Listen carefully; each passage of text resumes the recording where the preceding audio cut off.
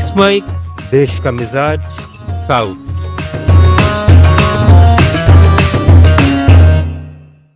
Let's mic देश का मिजाज और खबरें दक्षिण भारत से।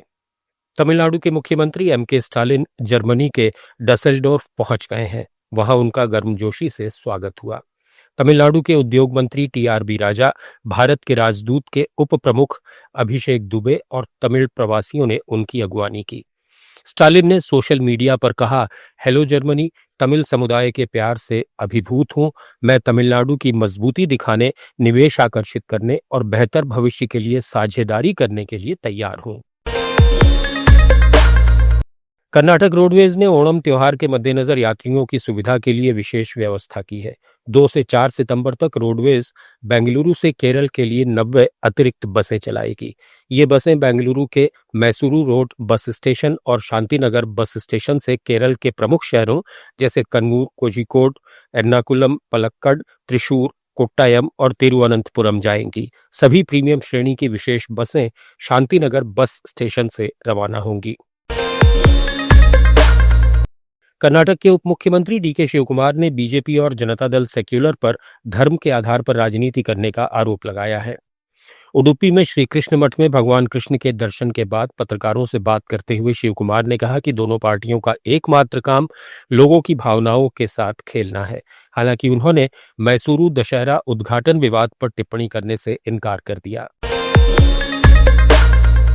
आंध्र प्रदेश के मुख्यमंत्री चंद्रबाबू नायडू ने हर एकड़ और हर व्यक्ति तक पानी पहुंचाने का वादा किया है। कुप्पम में हांद्री नीवा नहर के जरिए कृष्णा नदी का पानी पहुंचने पर उन्होंने जल पूजन किया। ये पानी 738 किलोमीटर की दूरी से 700 मीटर की ऊंचाई तक लाया गया। नायडू ने इसे पवित्र दिन बताया और सर आर्थर कॉटन और एनटी रामाराव को श्रद्धांजलि दी। हांद्री नीवा परियोजना 6 लाख एकड़ को सिंचाई और 33 लाख लोगों को पीने का पानी देगी। नायडू ने रॉयल सीमा को पत्थरों की धरती से कीमती रत्नों की धरती बनाने और कुप्पम में 3,908 करोड़ के निवेश से 10,600 नौकरियां सृजित करने का लक्ष्य रखा है।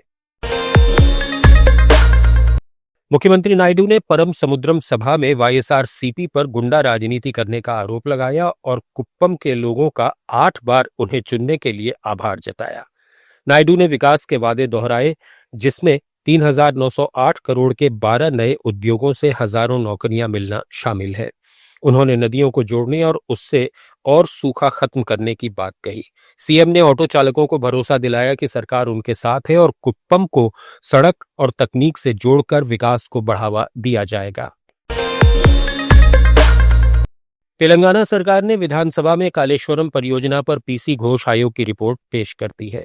हालांकि विधायकों को केवल डिजिटल प्रतियां दी गईं। बीआरएस विधायकों ने इसका विरोध किया क्योंकि 650 पन्ने की इस विस्तृत रिपोर्ट की हार्ड कॉपी केवल मान्यता प्राप्त दलों के फ्लोर लीडर्स को दी जाएगी।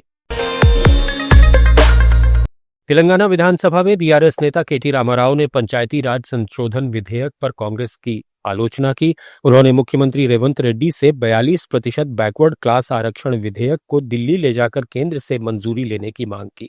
राव ने कांग्रेस पर बीसी समुदाय को गुमराह करने का आरोप लगाया और बीआरएस के प्रयासों को याद किया, जिसमें 2002 में बीसी नीति और जाति जनगणना प्रस्ताव शामिल हैं। उन्होंने पूछा कि राहुल गांधी ने संसद में बीसी आरक्षण की बात क्यों नहीं उठाई। राव ने सरकार से सभी दलों की बैठक बुलाने और बिना खामियों के कानून बनाने की मांग की।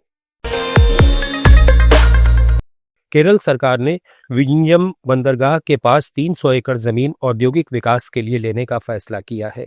Kerala industrial infrastructure development corporation KINFRA ने बंदरगाह से 20 किलोमीटर के दायरे में 5 जगहों पर यह जमीन चुनी है।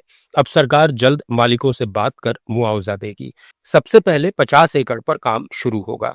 विंजम से कझाकुट्टम तक लॉजिस्टिक्स कॉरिडोर बनेगा। किन्फ्रा के 31 औद्योगिक पार्क पहले से ही केरल में सक्रिय हैं। सरकार लॉजिस्टिक पार्क के लिए 7 करोड़ की मदद का भी जल्द ऐलान करेगी। देश का मिजाज में फिलहाल इतना ही। जुड़े रहिए लेट्स माइक के साथ। आप सुन रहे थे let's mic more than radio. Follow कीजिए हमें हमारे सोशल मीडिया प्लेटफॉर्म्स पर।